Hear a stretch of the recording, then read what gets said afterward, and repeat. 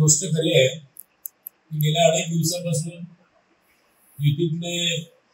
जे सहयोगी पक्ष शिवसेना आहे त्याने भारतीय जनता पार्टीच्या पदाधिकारी कार्यकर्ते यांना काही विविध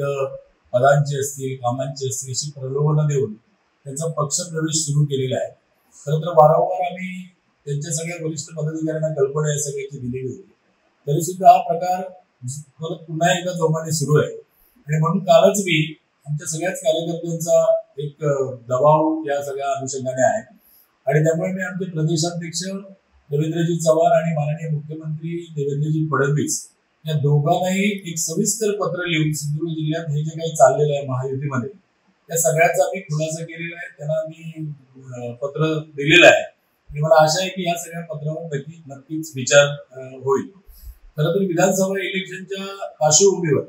आमचे वरिष्ठ नेते आताचे प्रदेशाध्यक्ष आणि त्यावेळेचे कोकणाचे संपर्क मंत्री सन्माननीय रवींद्रजी चव्हाण साहेब असतील किंवा देवेंद्रजी असतील त्यांनी सिंधुदुर्ग जिल्ह्यातल्या कार्यकर्त्यांना असं सांगितलं होतं की या वेळेला युतीच्या तिन्ही सीट चांगल्या मताधिक्याने तुम्ही सगळ्यांनी निवडून आणा, एकदिलाने काम करा आणि असं केल्यानंतर जी काही राजकीय परिस्थिती बदलेल त्यामध्ये आपल्या संघटनेला कुठल्याही प्रकारचा धोका पोहोचणार नाही असं त्या सगळ्या मंडळींनी सांगितलं। पण प्रत्यक्षात निवडणुकानंतर उलट झालं की आमचं सहयोगी पक्ष शिवसेनेचे जे वरिष्ठ पदाधिकारी आहेत, विशेषतः जिल्हाध्यक्ष मंडळी त्यांची जी आहेत ती भारतीय जनता पार्टीच्या कार्यकर्त्यांना बोलून पक्ष प्रवेश देऊन आपला पक्ष घडवण्याचा केलेला प्रयत्न करत आहेत आणि मला असं वाटतं की हे युतीच्या आचारसंहितेच्या विरोधात आहे आणि त्यामुळे आम्ही आमच्या वरिष्ठांकडे याची तक्रार केली। मला दुसरं असं म्हणायचं की सन्माननीय नारायण राणे साहेब हे आमच्या पक्षाचे ज्येष्ठ नेते आहेत, आमच्या पक्षाचे खासदार आहेत आणि ही दोन्ही जिल्हाध्यक्ष मंडळी राणे साहेबांना आपला गुरु मानतात आणि गुरु मानत असताना त्यांच्याच ते ज्या पक्षामध्ये आहेत, जो राष्ट्रीय पक्ष आहे त्याच्याच पक्षाची मंडळी करून आपल्या पक्षामध्ये प्रवेश देत आहेत। मला असं त्या जिल्हा प्रमुखांना विचारायचंय की ही तुमची वेगळ्या पद्धतीची गुरुदक्षिणा आहे की काय? सन्माननीय पालकमंत्री नितेशजी राणे यांचं जोरात या ठिकाणी सगळं काम सुरू आहे। रवींद्र चव्हाण साहेब प्रदेशाध्यक्ष आहेत आणि भारतीय जनता पार्टीची संघटना अत्यंत मजबूत आहे आणि या सगळ्या प्रकारांमुळे आमचे कार्यकर्ते मात्र थोडेसे व्यथित झालेले आहेत की आपण इतकं चांगलं काम केलं निवडणुकीच्या दरम्यान आणि आपल्या संघटनेला आज त्रास होतोय। त्यामुळे आता पुढची रणनीती अशी आहे की आमच्या प्रत्येक बैठकांमधून स्वबळावर आपण लढून भारतीय जनता पार्टीची जी काही ताकद आहे ती सिद्ध करणे, ती मित्रपक्षाला दाखवणे अशा प्रकारच्या प्रतिक्रिया उभारायला लागल्यात, अशा प्रकारच्या कार्यकर्त्यांचा आग्रह जोरात आहे आणि त्यामुळे जिल्हाध्यक्ष म्हणून या सगळ्यावर ज्यांच्या शब्दासाठी आम्ही या निवडणुकीमध्ये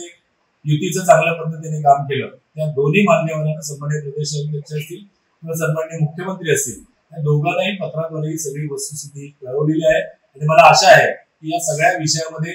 निश्चितच आम्हाला चांगला न्याय मिळेल आणि ते ज्या पद्धतीने पक्षप्रवेश करतायत आम्ही मनात आणलं तर त्याच्या दुपटीने पक्षप्रवेश आम्ही करून देऊ शकू, परंतु आम्ही काही युतीचा धर्म पाळणारी मंडळी आहोत, वरिष्ठांचं शब्द प्रमाण मानणारी आम्ही लोक आहोत, त्यामुळे आम्ही गप्प आहोत। पण आम्ही गप्प आहोत याचा अर्थ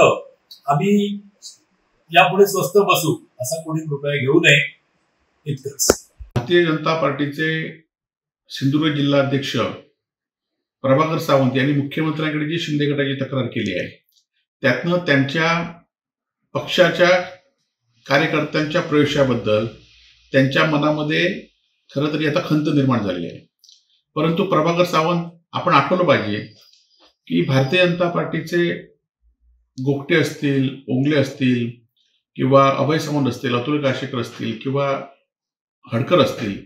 हे जुने कार्यकर्ते हे विचाराचे कार्यकर्ते होते आणि त्यांनी अनेक कार्यकर्ते घडवले सिंधुदुर्ग जिल्ह्यामध्ये वस्तुस्थिती आहे। आम्ही पण त्यांच्यावर काम केलंय, परंतु गेल्या 3-4 वर्षामध्ये भारतीय जनता पार्टीने निवडणुकीमध्ये ज्याप्रमाणे रसद पुरवली आणि कार्यकर्त्यांना रसद पुरवली त्यामुळेच भाजपला ही सूज आली होती। आपल्याला माहिती असेल की लोकसभेच्या निवडणुकीमध्ये, ग्रामपंचायतच्या निवडणुकीमध्ये, काल झालेल्या विधानसभा निवडणुकीमध्ये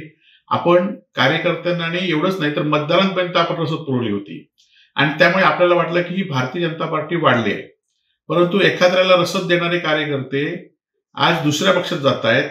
किंवा आपण सांगताय की हे कार्यकर्ते आमिष दिल्यामुळे जात आहेत, म्हणजे तुमचे कार्यकर्ते आमिषाला कंटाळून या ठिकाणी आमिषाला भुलून या ठिकाणी जातात, म्हणजे ते तुमचे कार्यकर्ते नव्हते तर तुमच्या रसदीमुळे ते तुमच्यामध्ये आले होते आणि ती तुम्हाला सूज झाली होती हे आपल्याला लवकर समजलं। खरं तर या सिंधुदुर्ग जिल्ह्यामध्ये भारतीय जनता पार्टी ही रवींद्र चव्हाणांनी गेल्या 3-4 वर्षामध्ये कशा पद्धतीने वाढवली आहे आणि ती कशा पद्धतीने एका वर्षामध्ये कोलमडली आहे हे सगळं सिंधुदुर्गवासीय बघताय. कारण ज्या भारतीय जनता पार्टीचे खासदार आहेत, ज्या भारतीय जनता पार्टीचे पालकमंत्री या जिल्ह्याचे आहेत, राज्याचे मुख्यमंत्री आहेत, या जिल्ह्याचे सुपुत्र प्रदेशाध्यक्ष आहेत, देशाचे पंतप्रधान भारतीय जनता पार्टीचे त्या भारतीय जनता पार्टीच्या जिल्हा अध्यक्षाला हतबलता दिसते की माझे कार्यकर्ते पैशाच्या आमिषाने कुठत आहेत आणि ही हतबलताच खरं तर हे सगळं सांगून जात आहे. आणि या जिल्ह्यामध्ये खरं तर विचाराचे कार्यकर्ते, मग ते कुठल्याही पक्षात असले तरी विचाराचे कार्यकर्ते होते, परंतु तुम्ही जी आमिष देऊन कार्यकर्ते तयार केलेत ते आज ते तुमच्यापेक्षा जास्त आमिष मिळाल्यानंतर ते दुसऱ्या पक्षात जात आहेत आणि त्यामुळे या जिल्ह्यात जे आपण घडवलं, जे आपण पेरलं तेच आज उगवलेलं असं म्हटलं तर वावगं ठरू नये. त्यामुळे प्रभाकर सावंतांना माझी विनंती आहे की आपण खरं तर या जिल्ह्यामध्ये भारतीय जनता पार्टी आपल्या रवींद्र चव्हाणांचं किंवा आपलं नेतृत्व नाही आहे, या जिल्ह्यामध्ये भारतीय जनता पार्टी नेतृत्व राणे करतायत, राणे परिवार करतो, ह्याचा पुन्हा सिद्ध झालेला आहे.